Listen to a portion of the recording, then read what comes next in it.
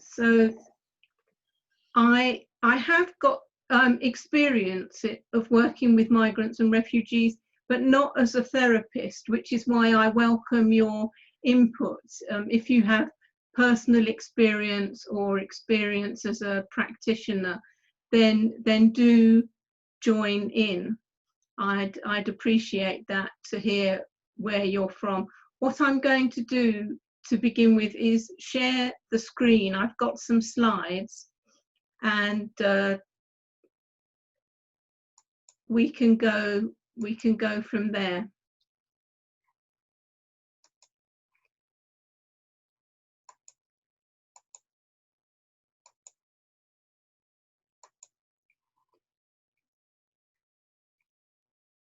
So today I'll be looking at the clash of beliefs with religious and spiritual experiences and the different names, but mostly I want to explore beliefs about the nature of reality and nature of health.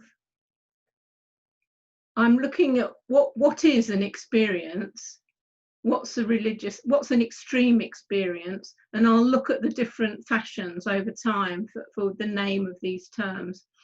And I also did some research with the Alister Hardy Archive, and so I'll be presenting some of the research I did there into people's narratives, and I'll be looking at this key issue: what's the interpretation of these experiences? Because it seems to depend on who we are.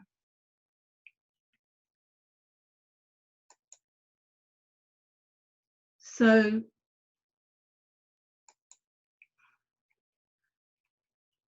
it was Friedrich Nietzsche who said, the German philosopher, who said, all things are subject to interpretation. And he said, whichever interpretation prevails at a given time is a function of power, not truth. And I know that I've showed this slide before, but it's so important with regard to mental well-being as to whose point of view counts.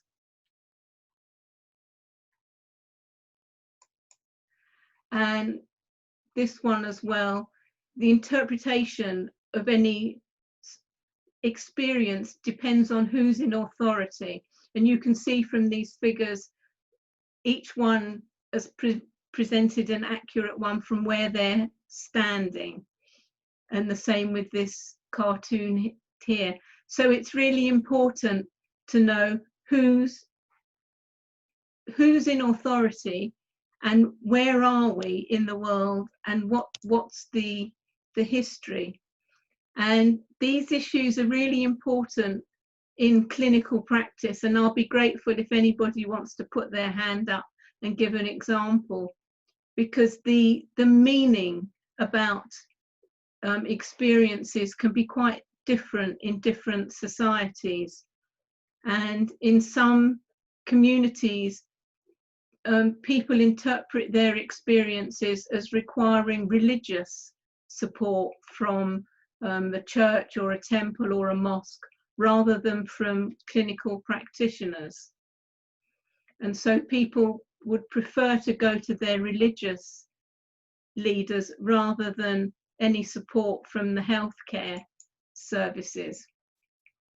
And I've got a few examples from ancient Greece, where religion and medicine were linked, and temples were dedicated to Asclepia, which were centers of medical advice and diagnosis and healing. And there are marbles that preserve the name with case histories and the complaints people had and the cures, and the sick patients who came to temple. And patients slept in a sanctuary near the mineral springs, and during their dreams they were advised what to do to gain their health. And then likewise in the ancient Roman Empire, religion and medicine were linked, and the first Council of Nicaea in 325 AD urged the church to care for the poor and the sick, and ordered a hospital to be built in every cathedral town. The concept of reincarnation was suppressed by the Fifth General Council of Nicaea, and it decreed, if anyone asserts the fabulous pre-existence of souls and shall assert the monstrous restoration which follows him, let them be anathema, excommunicated. It means I'd probably be excommunicated by now. Then in India, there were Hindu pilgrimage sites where the trust provided hospitals and services for people of all faiths. And the same in medieval Europe, hospitals were attached to the monasteries. In 2009, I know it's a long time ago, but the Department of Health wrote a report on religion or belief, a practical guide for the NHS. And I was wondering, well, that's modern history. Let's look at ancient history and this relationship between health and religious experience. And there was a programme on this morning about the sacred wonders of Britain. And people in the first instance, this is Arthur's Cave in Wales, they used the landscape as it was to honour the sacred and perhaps to have these spiritual experiences. And then this picture below, it shows cave paintings in Lascaux in France, where it seems human beings shifted consciousness and honoured animals and invited them to gift themselves for food. And then a bit later, we've got standing stones in Scotland. And the question is, what were they used for? Were they open-air temples?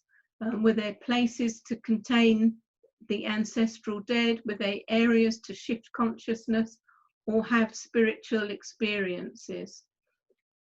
So there has always been this connection between place and health and healing and spiritual experiences.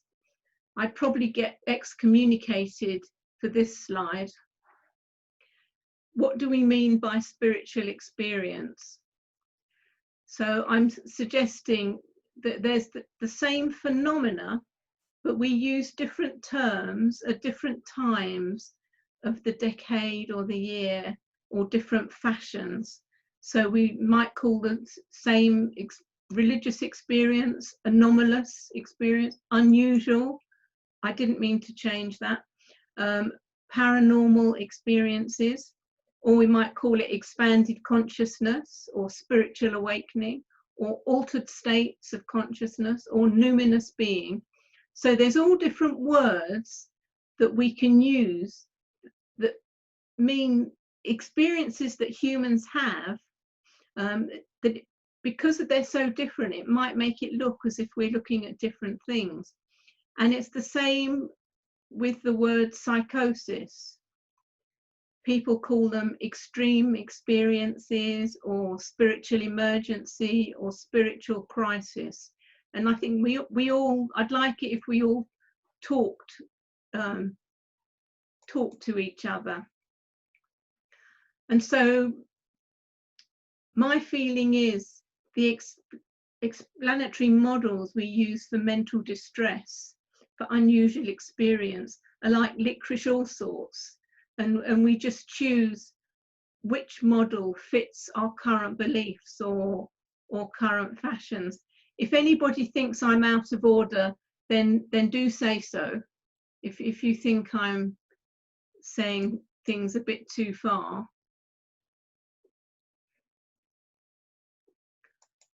Otherwise, I shall just carry on. Okay, so I'm going to call these experiences in the first instance religious experience. And the ones that were respected were Moses when he saw the burning bush, and the angel of God, and he was given a strategy by God. So we've accepted Moses. Then we've also accepted Florence Nightingale, who heard the word of God telling her to set up hospitals for the sick. and she listened. And there's also St. Bernadette in 1858, who saw the Virgin Mary in Lourdes. And it's now a place of pilgrimage for sick people. Lourdes, I don't know if anybody's been. I haven't been to Lourdes, though I'd love to go. It's famous for the apparitions, the visionary experiences of Mary. And it's a place of mass pilgrimage, and the spring waters believed to have healing properties.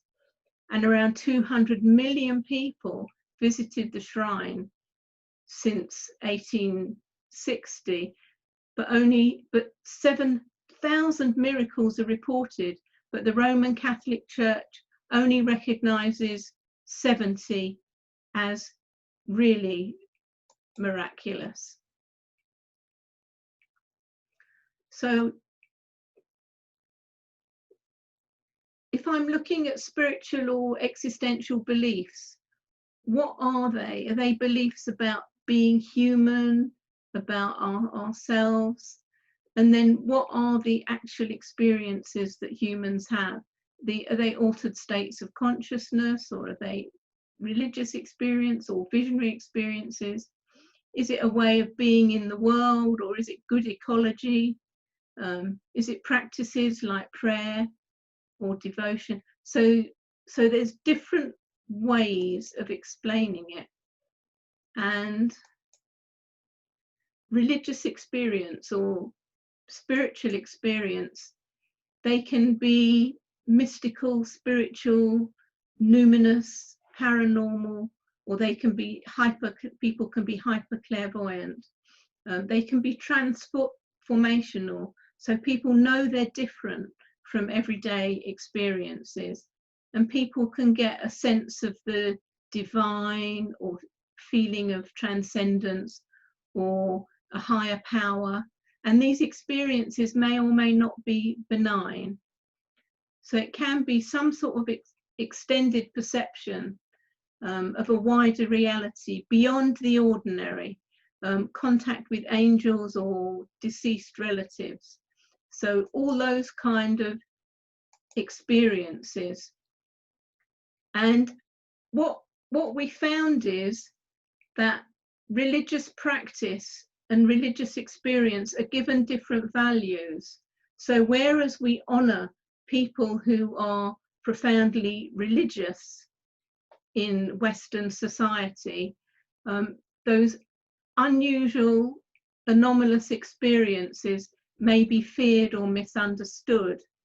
And I wondered if anybody could give us an example of when religious experiences might be misunderstood. Would anybody like to unmute themselves? And thank you, the rest of you who've joined us, and say when these kind of experiences might be misunderstood. Hi, I am very interested in this because in my experience, when I've been having spiritual awakenings and religious experiences, there's an inability for people to know the difference between a terror threat and a terrified person. So if you're, I mean, when I've been out of my mind with fear, and I've sought help from usually clinicians, they're not able to approach me without their own fear, and therefore there is a need for them to protect themselves, and therefore deny me access to the meaning that is, and it's a gross violation what happens.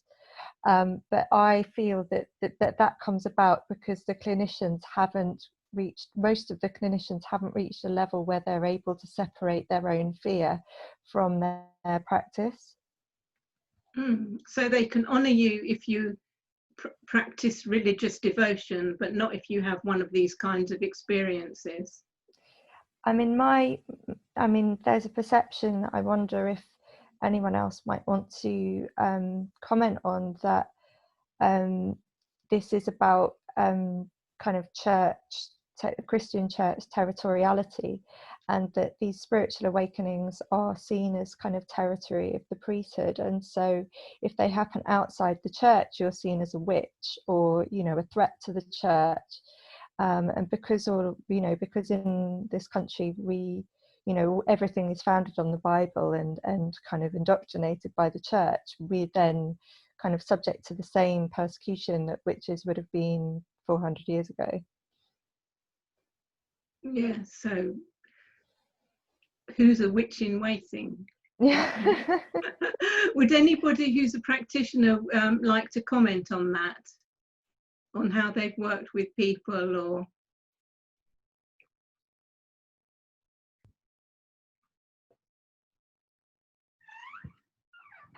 I think I'd just like to say I'm really sorry that you've had that experience. That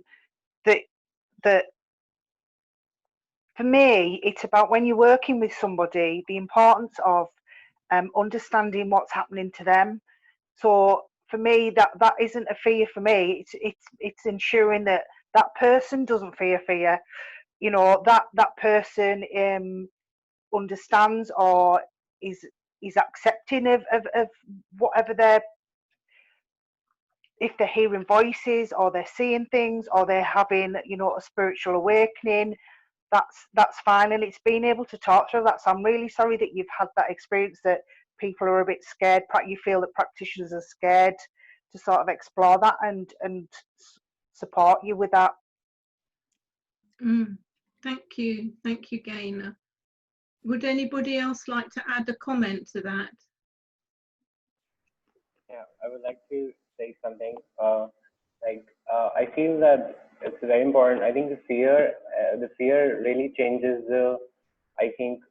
what it goes towards. Like, I think if there's a lot of fear with the experience, and this fear usually comes through sort of a judgment that, okay, the experience of this sort of breakdown or sort of which could be an opening or a crisis, and it leads to sort of a dysfunctionality in terms of, you know, what one has to achieve some sort of productivity in some ways. So I feel that if it's met by a judgment of sorts, that adds to a fear. Like if it met with a diagnosis, like, okay, there's something wrong with this and it needs to be fixed, you know, through some sort of mental illness, then it creates a fear around it. And I think if it happens at a very constant level, I think then I feel it cannot allow this process to take place, and there's a way to get away from this experience and get back to functionality, I think. So I think as a practitioner, what I really encourage to hold these dysfunctional states or to hold these experiences of crisis without creating a safe space in some ways to do that. Yeah. Thank you. And there are obviously different practitioners, and people have received different kinds of treatment. But what I'd like to do is raise awareness of the different ways of interpreting things. And I've been preparing these courses and teaching in medical schools and hospitals to raise awareness that there's other ways of interpreting people's experiences. Can I add something? Yes, sure. Sorry, I just want to follow on from the points that have just been raised, because I think they're really important. I think however you operate in this field, whatever kind of mental health profession you are, some of the fundamental things that you should have been taught are, firstly, to listen sincerely without judging. If you can't do that, I don't really understand how you can be effective in this field.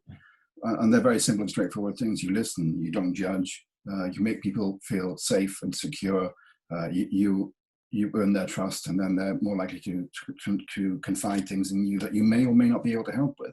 But the fundamental thing is not to judge. If you can't do that, I don't see how you can practice effectively. So I'm really sorry to hear about the experience that one of our fellow participants has had. Thank you, Paul. Emily, did you want to say something? I mean, what's really interesting in how there's a conflict in the nature of psychiatric the psychiatric profession compared with the will of the individual. Yeah. So the individual can want to be as non-judgmental as they can possibly be, but the function of a clinical psychiatric consultation is judgment. Yes. And yes, that is a problem. It's a terrible problem. But I think one of the things that perhaps should be more widely understood is that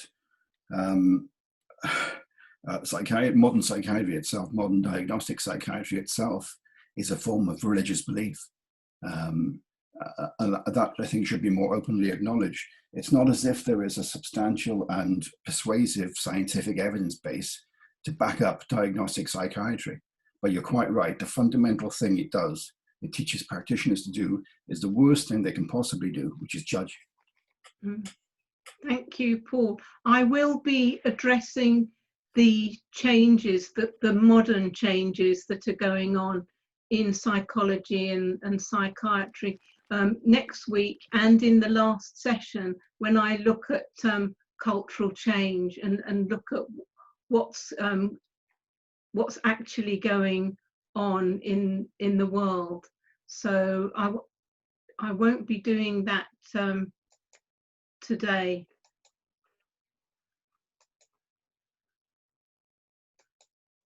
But thank you for your comments. I've got a few examples of people who had visionary experiences, like Nikola Tesla, who developed the modern system of electricity. And in his autobiography, he said he experienced moments of clear inspiration.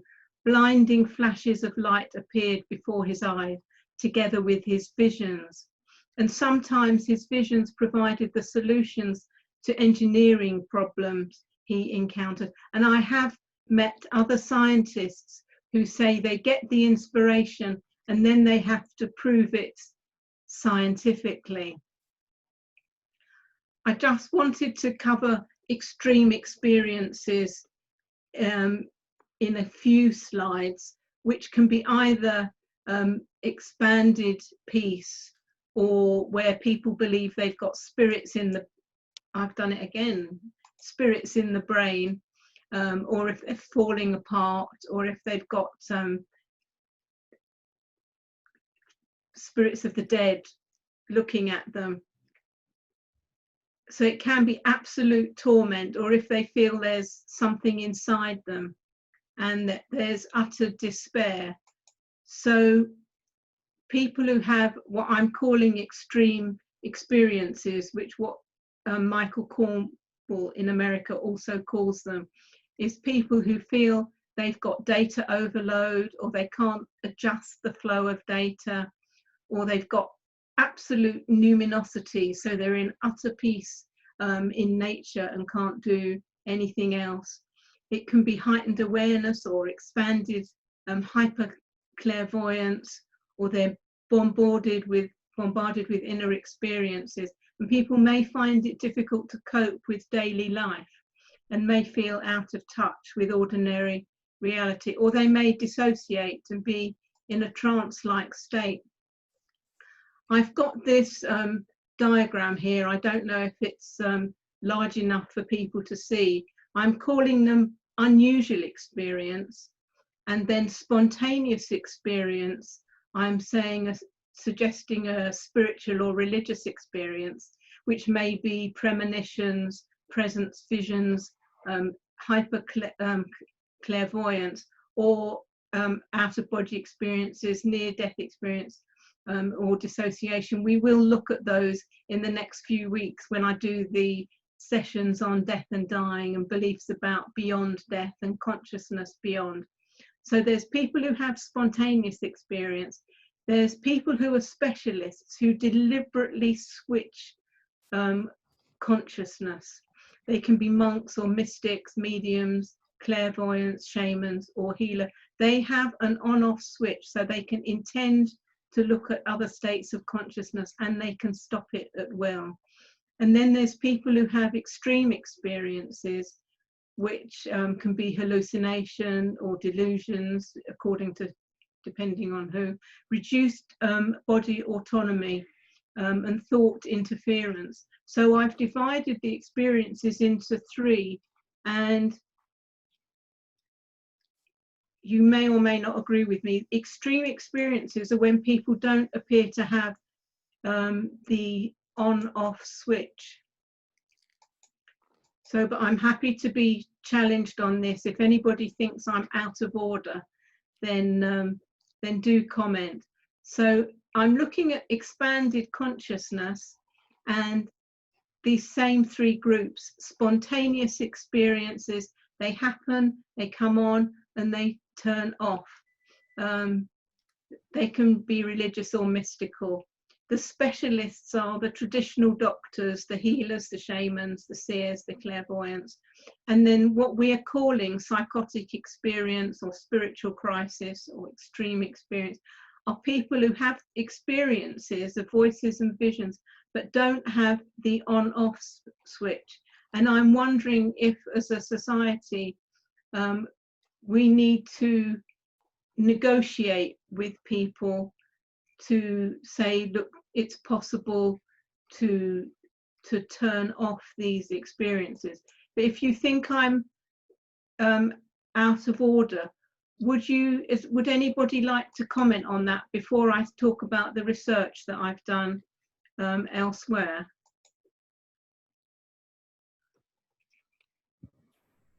We've got a comment from Gaynor about having no scientific proof for the Diagnostic and Statistical Manual. We will look at that later. Would any... Hello, Michael. Hi, I just wanted to make a comment. Sorry, I was in another meeting. I had to come late. Could you go, I don't know if you can go back to the slide, but the spontaneous experience specialist and psychotic experience, in my experience, or in contact with others, it has a lot to do with the cultural context. I had a colleague who became one of the, they did a film about her. The film is called Crazy Wise, and I work in a peer recovery setting. It's a fantastic movie, and she was seeing visions of her past father, her deceased father, who had abused her as a child, and was hospitalized numerous times. She has an amazing story, and fortunately, she attempted a complete suicide. She did not successfully, and then she met someone who was a shaman in the Sangoma tradition. So in the context of the Western system, they were saying she was hallucinating and seeing visions. And in the Sangoma tradition, there was ancestral healing work that she did from the abuse that she had experienced as a child, and revisited it. And that the ancestors come to give you messages and speak with you. And she worked through that with a healer from the Sangoma tradition in South Africa, and now she is a shaman, a healer practitioner, and she grew up in the States here. So I think it's the lack of context for understanding, spiritual realms and visions and things, that on one token it was labeled psychotic until she found the right tools, and probably for the majority of people, we don't have any more than the Western context, or maybe religious or spiritual traditions predominant in the States, Christianity, etc. But it's a very narrow lens. The film I'll put in the chat, but it's a really powerful account Yes. of her experience. And there's another picture in the film. Thank you. That's the film Crazy Wires, which some people may have heard of, which is always is worth a view. And Linda has put in the chat that her father has Alzheimer's, and he has these kinds of visionary experiences. So, and I found I was asked to write an article for people who had dementia, and there was a lot of misunderstanding where people had experiences that at the time their clinicians couldn't work with. I think clinicians now, I'm hoping, are much more sensitive. That's what I'm hoping. Thank you, Michael. Thank you, Linda.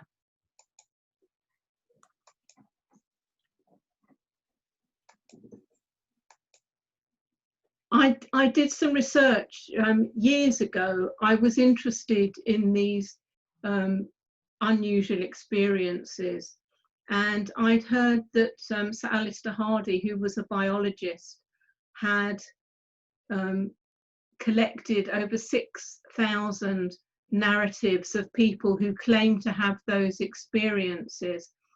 And I was particularly interested in people who said they had negative experiences.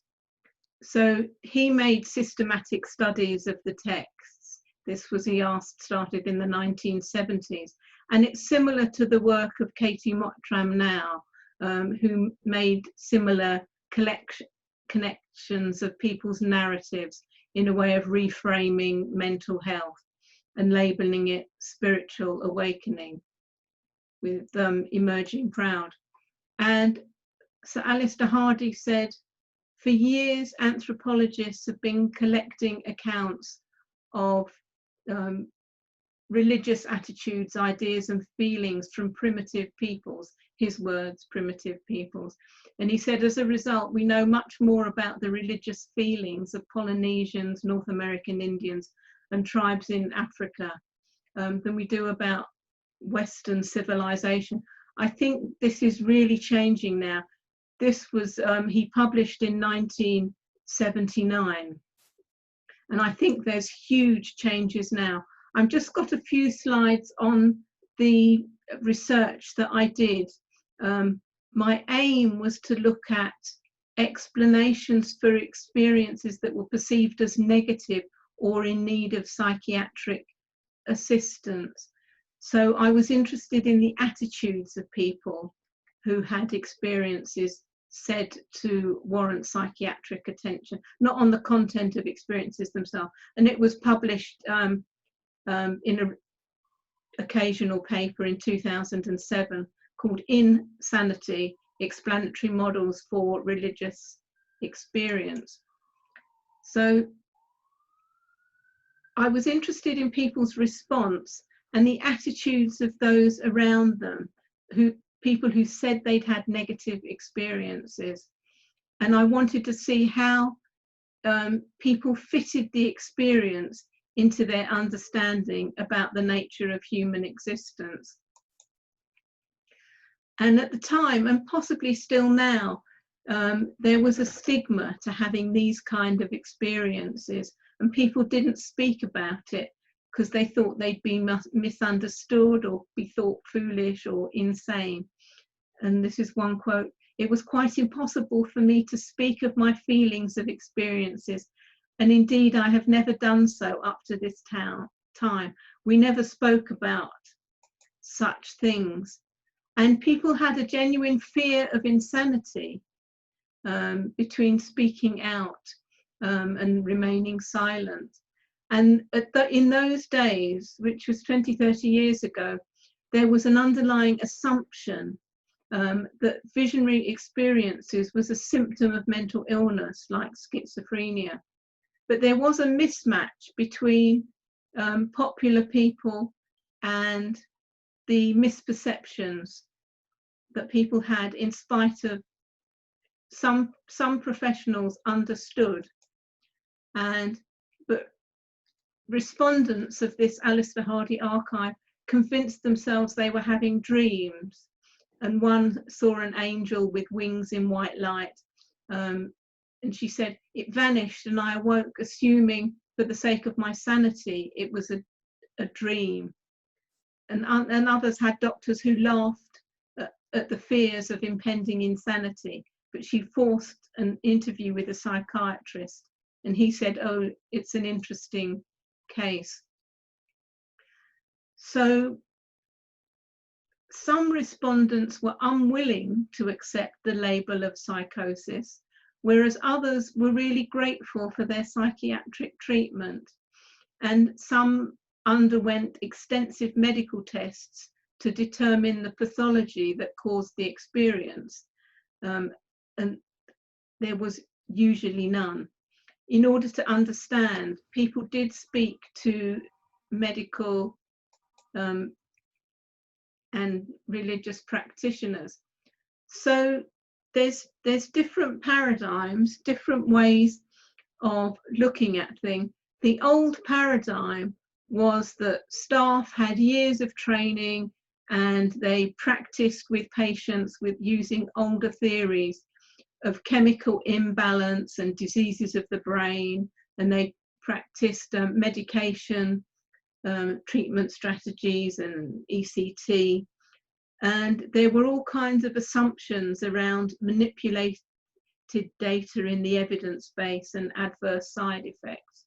So that was the old paradigm. With the new paradigm, with social media, everything is visible, and there's such anger with people who've been over medicated and lost years of their lives. And there's also an issue of the social context was ignored. People's poverty, there was if they recovered, and if there was racism and culture. So there's a myth of mental illness and spiritual awakening. And so there are these two paradigms. I know there's multiple layers of that, but I'm wondering what could we do to support change? Has anybody got an example of where the social context, people were thought to be mentally ill, but their social context was ignored? Would anybody like to make a comment on that?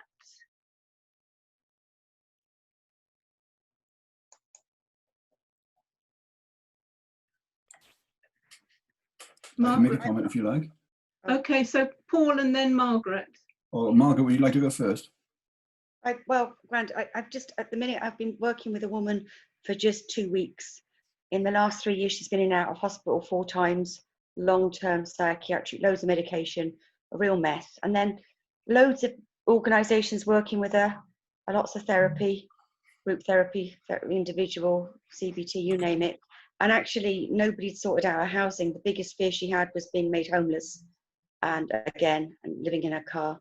And there were some really practical things she needed, half a dozen small things, bits and pieces. Well, say bits and pieces, but they're big if you haven't got a home. Bits of letters put in, a little bit of help here and there.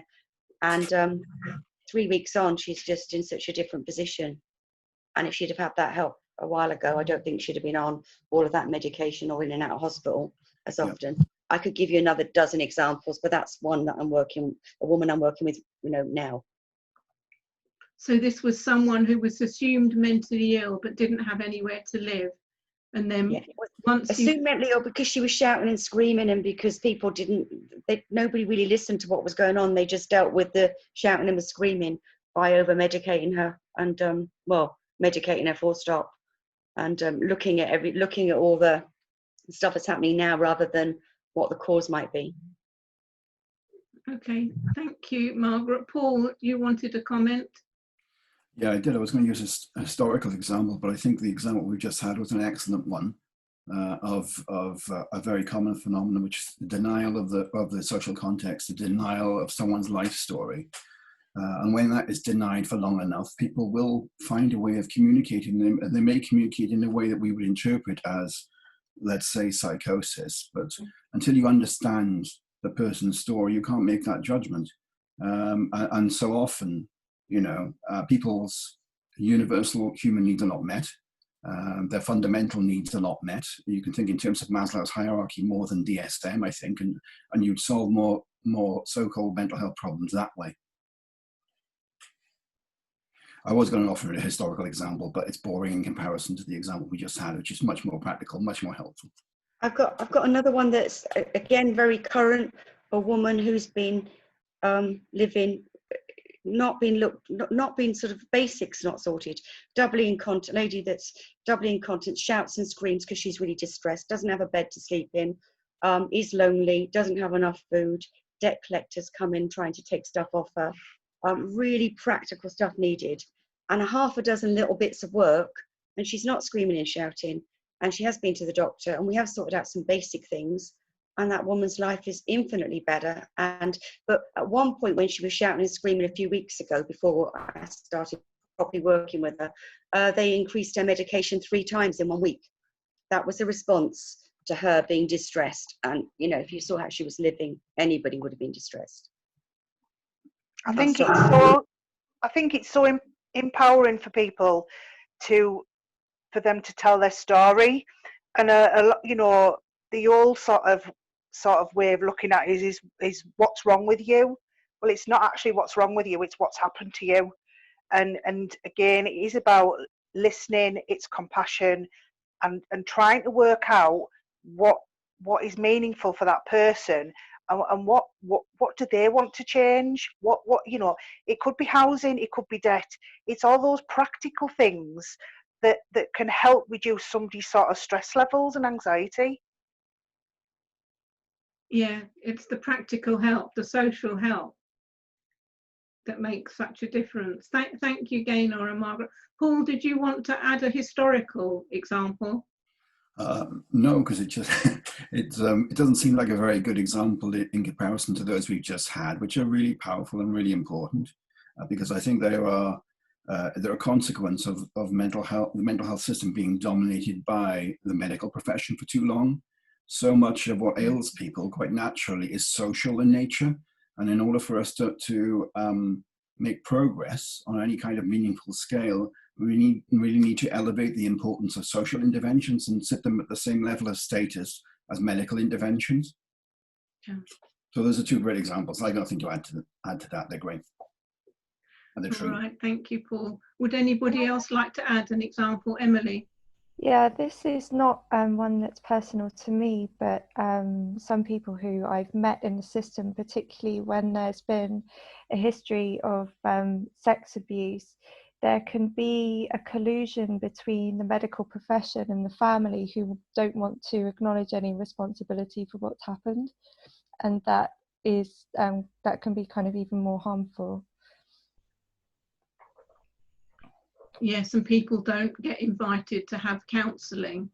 That becomes the problem, and it's, excuse my language, it's especially a problem if you're not white, because I've got examples I'll show you next week of people who've had a hard time through the system, and where people get medicated rather than offered counselling. All right, I'll continue. Welcome, Shamila. You're just arriving.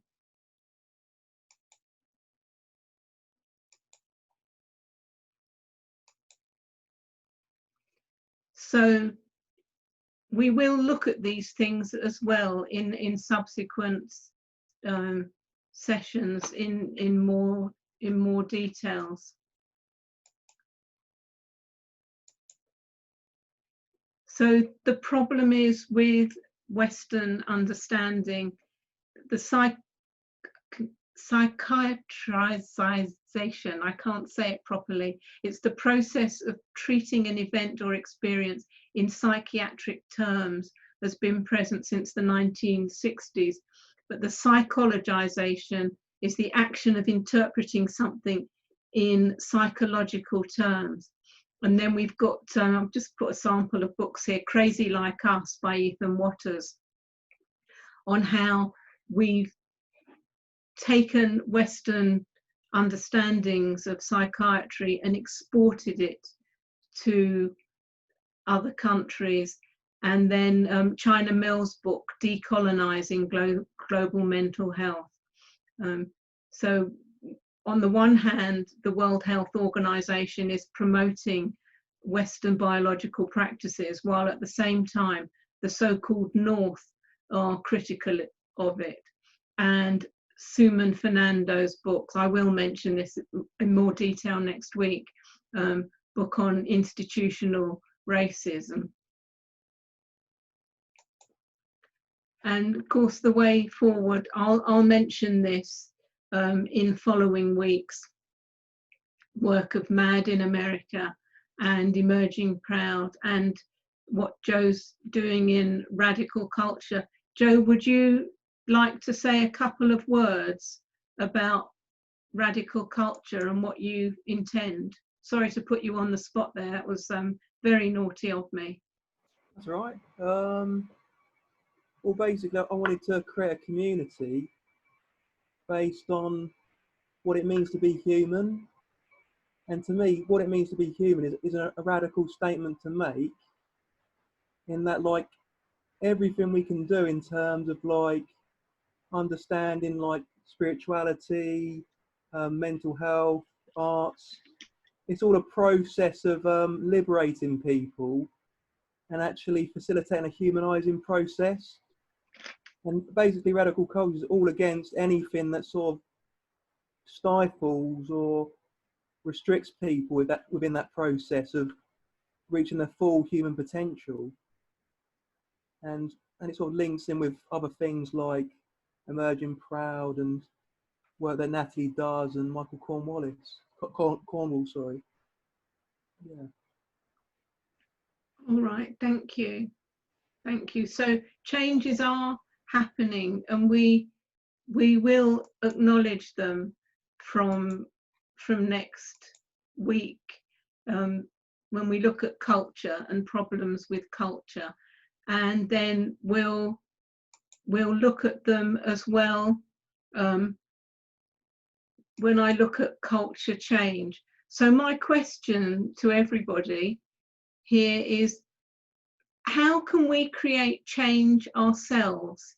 Is there any way that we can add to what we're doing to create change with understanding of these kinds of experiences? And I'd be happy if you think about that yourself. What can we do to create change? I'll stop the sharing now. That's my last slide. But has anybody got any ideas either of what they're doing or what we can do to ensure change happens? Sophia, did you happen to raise your hand? Yeah, I did. Okay, go on. I guess I might talk about this more next week, but I'm currently on the year 2 of my Open Dialogue training, Open Dialogue UK, and one bit that I wanted to share was about how in Western Lapland in Finland, where this mode of mental health treatment has been practiced now for 30 years or more, has actually changed the culture of the whole area, because now that, you know, people have experienced network meetings, when someone becomes unwell or psychotic, there's usually someone that might have been, or often someone that might have been in a network meeting before. So people now don't even necessarily call the mental health services, but might gather around that person and actually talk to them and form a circle of support. So I guess that, you know, that's basically like a really, like, actually talk to people and, you know, don't I guess fear, you know, don't don't be worried about talking to people. Yes, I think open dialogue is doing marvelous strides. I did teach for them for a few years, but I think they're doing great things. And next week I'll be looking at the ancient societies that practiced open dialogue before the name was there, like in Oh, great. huh? Great, I look forward to that. Yeah, Africa and the indigenous American people had ways of working with elders, of working questions out. Thank you. Has anybody got other ideas of what can we do to create change? I think. Joe, did you want to say? Oh, sorry. Oh, Joe, do you want to say and then Gaynor? There's a couple of things I was trying to get going. I'm trying to help out with the International Meaning Conference, and it's a free online conference on the 25th of July. And I'm going to try to get some people from Open Dialogue to perhaps do some talks or workshops, and also some people from pre-therapy contact work to do some talks or workshops. And it's all about dialogue and making psychological contact when people are in extreme states, and how to sort of ground those experiences and process those experiences. And for me, they're two of the sort of leading or most revolutionary sort of Western approaches that seem more human, more humanistic in approach. So that's one thing I think is really brilliant if we can pull that off. Would you put a link to that in the chat? Yeah, okay, I can do that. No worries. And that's just one of the things, yeah.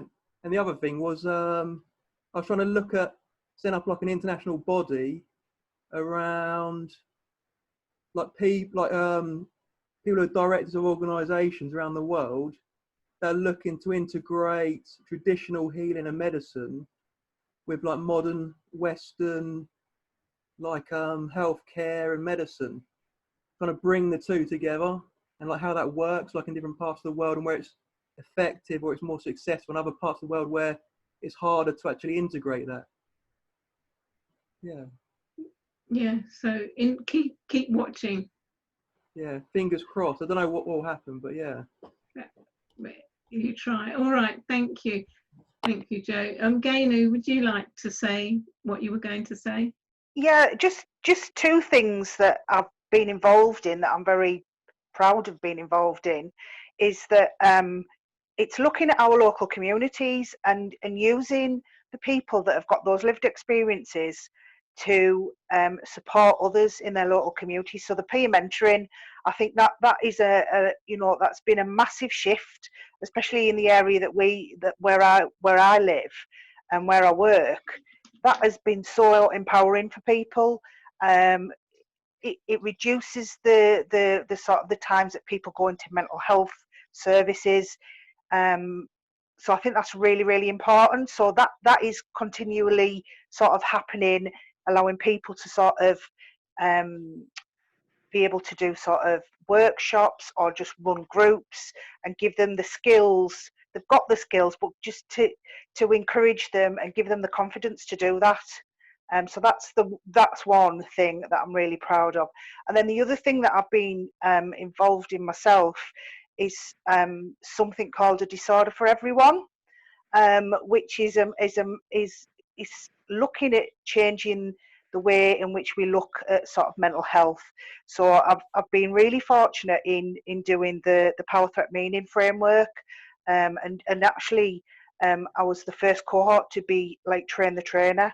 So it's looking at different ways in which you perceive things. Again, it's like what has happened to you, allowing people to understand the sort of the reasons why they do certain things, whether or not it's taking drugs or alcohol. These are people's sort of threat responses and having meaning and what things that they need to change. So that for me that's a good shift. There also is MAD in the UK that is sort of developing. It's not as much as MAD in MAD in America. So that's what I wanted to share. All right, thank you, Gaynor. Do you want to provide a link to those in the chat? That would be great. Margaret, did you want to say something? Just briefly, that what I think has happened, certainly in Harrow, when I worked there, I did a few courses that I ran called Confidence for Life. And what I found was that people, a little bit what you're going on from what you're saying, Gaynor, that people who had experienced the system and being part of it, when they're together, they formed a choir called Harrow Community Choir originally. And then we set up another thing called TOG, which stood for the other group. And every week, people got together and did everything and anything that they wanted to do. As you said, very skilled people. So art and guitar and quizzes, and people had food together. And at one point, more people were attending that than they were mental health services in Harrow. And then what happened was the staff teams got very angry about it and felt very threatened.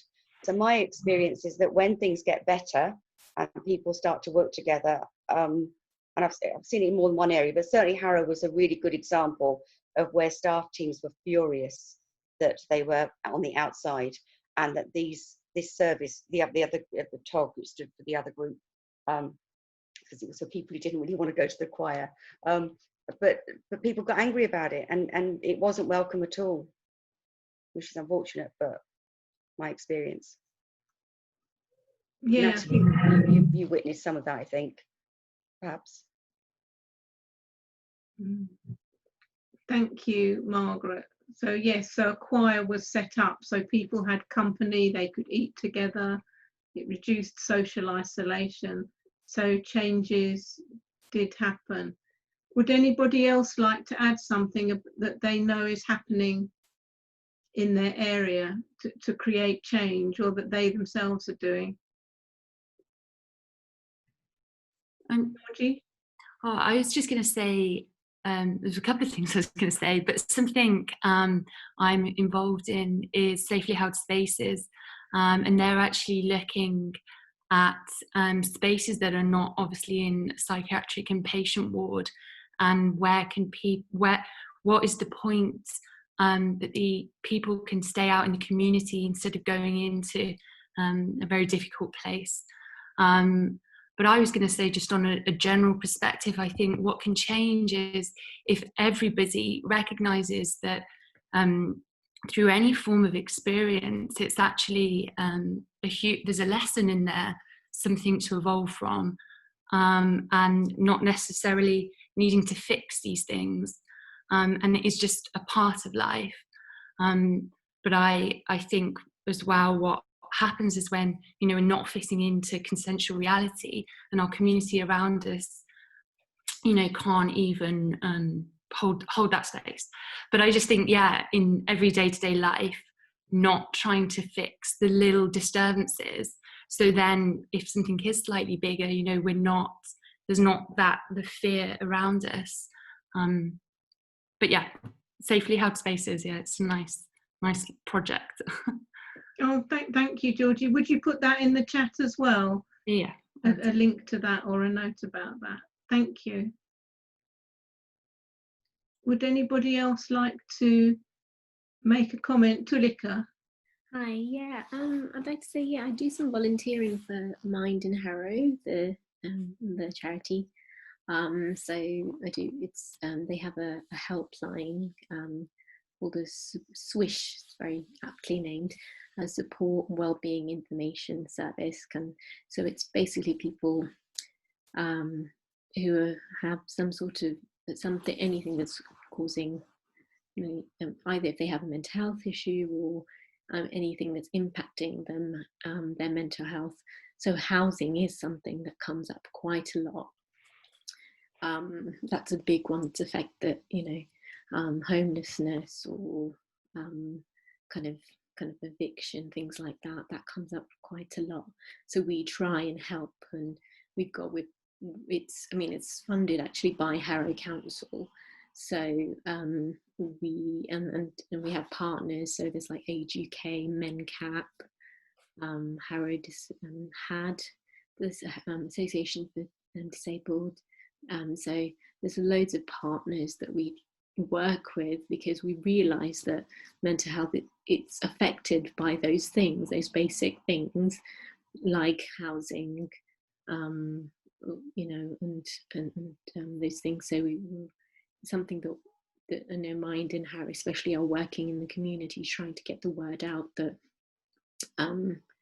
you know, we can provide that support to get people connected to the right organisations. So you also have the Citizens Advice Bureau that can support with universal credit and things. So yeah, I think definitely Harrow, like Margaret was saying, there's definitely work being done to try and reach people, and to kind of, obviously, you know, there is the mental health support, but also there's the other support that people can access to improve their status, the things that may be affecting their well-being.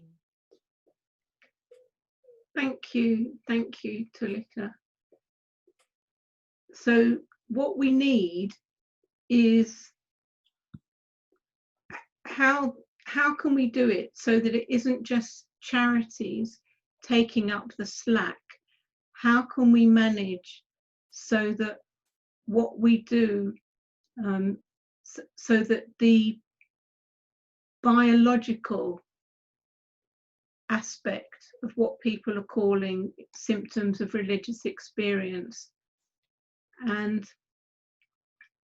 what else could we do? I noticed Emily's comment here about peer support being recognised and paid for by the system. I think this is an issue with open dialogue as well, that peers need to be paid for as equals and not as voluntary if that's their choice. So that's important. Sophia, did you want to say something? Yeah, I was going to kind of speak a little bit about that, what you were saying. I think, so it's, when you said you taught in Open Dialogue, was that with the NHS or was that with Open Dialogue UK? No, that was when Open Dialogue's set up. Open Dialogue UK? The first 3 years, yeah. But looking at the courses that I'm offering here, it was that, but in one day. It's interesting. The reason I'm asking is because obviously a psychiatrist has set up pilot projects in the NHS, which are called peer open dialogue. So obviously they have peer, you know, they have peer workers. Whereas in the Open Dialogue UK, where I'm doing it and I have to pay myself to do it, you're not a peer. So I'm one of the very few people on it that's not a psychiatrist or a psychologist or a family therapist. But I will end up with as a therapist. So there's a lot of discussion actually around that in different Facebook groups with peers. You know, should peers even be in open dialogue? I heard someone say, and I think there's a kind of confusion there. I guess the thing that I love about open dialogue and the training is that actually it's asking you to be in a room as a human being, like fully alive, with your heart open and with, you know, in a dialogue instead of in a monologue. And I would say that, you know, I'm kind of in awe actually of the psychologists and psychiatrists that are training in my cohort, because it's quite an existential thing to ask them to do. So in a way I now see the training as actually slowly transforming this cohort of people and asking them, at least during when they practice open dialogue, to put down, you know, often years of training, which has cost them, you know, a lot of sweat and no doubt incredible amounts of work to then, you know, qualify as a doctor and do that. But actually it's asking you to, when you're practicing open dialogue, to step into a room and put that down, which is, you know, obviously, like, I think a big ask and a difficult thing to do to people. Yeah, no, it is admirable what they're doing. I think the question is, that experts by experience or peers or people who've had experience want to be paid equivalently to practice, because they've had the training and they can support people, and they need to be recognised through payment as well, if that's appropriate for them given the benefits system. So yes, we honour what Open Dialogue is doing, but I'd like to see people who are trained with lived experience to be paid as well. So that, Paul, did you want to make a comment? Thank you, Sophia.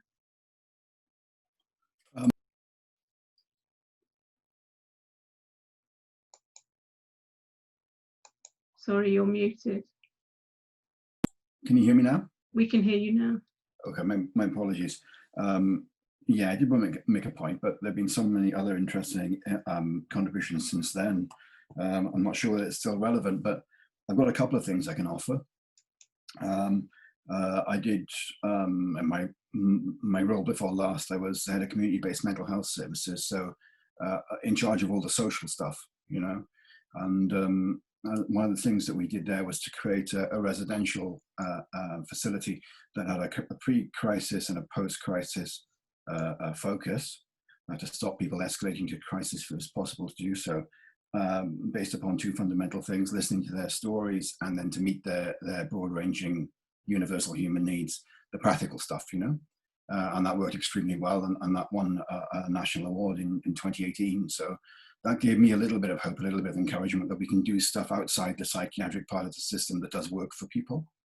I was involved in a lot of peer support as well, and our expectation was always that it would lead to paid employment if that's what people wanted, if that was appropriate to their circumstances. And again, benefits does come into that equation. More recently, I've become really interested in what we can do outside the system as part of a cultural change outside the system, with more focus upon self-care, well-informed self-care. So, and one of the previous contributors talked about well-being, for example, 5 ways to well-being, and so forth. That's really quite important. But the thing I'm trying to add to that is an interest in philosophy. So reintroducing philosophy, which I think is the missing P from the mental health system. So we've got psychiatry, we've got psychology, but philosophy was there first, and it's helped more people and it's helped them for longer, mainly because it's empowering and it's self-driven. And the particular form of philosophy I practice is Stoic philosophy, and I think that has a place. That's it.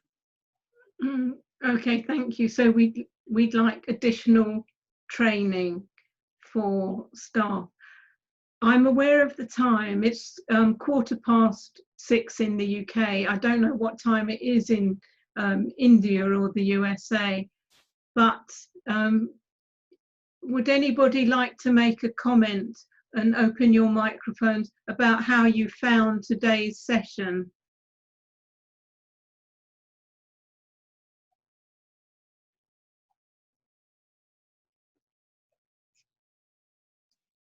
I really enjoyed it. Thank you, Natalie. It's a shame I came late. Oh, thank you for your input as well. Thank you, everybody, for your input. Thanks, Natalie. Really, really good. Very good. Very, very interesting. Thank you. All right. Yeah, Very interesting. definitely. Yeah, definitely. Thank you, Toby. Hi, everyone. I also came in late, and I didn't get much what happened, but it was really empowering to see so many of you contributing. And thank you so much, Natalie, for this meeting. Thank you. Really enjoyable. Okay, thank you, Shamila. Next week, we're looking at different cultures and the way they interpret what has been called mental health symptoms, and how they address it. So thank you, everybody, wherever you are, whatever part of the world, whatever time of day it is. And we've got a lot of things in the chat about peer support and helping support that with. So thank you, everybody. Good night from London. Oh, Okay. bye, Thank Natalie. you very much. Thanks, darling. And hopefully we'll see you next week. Looking at culture. Thank you. Thanks, Natalie. Thank you very much. That's good. Thanks, everyone.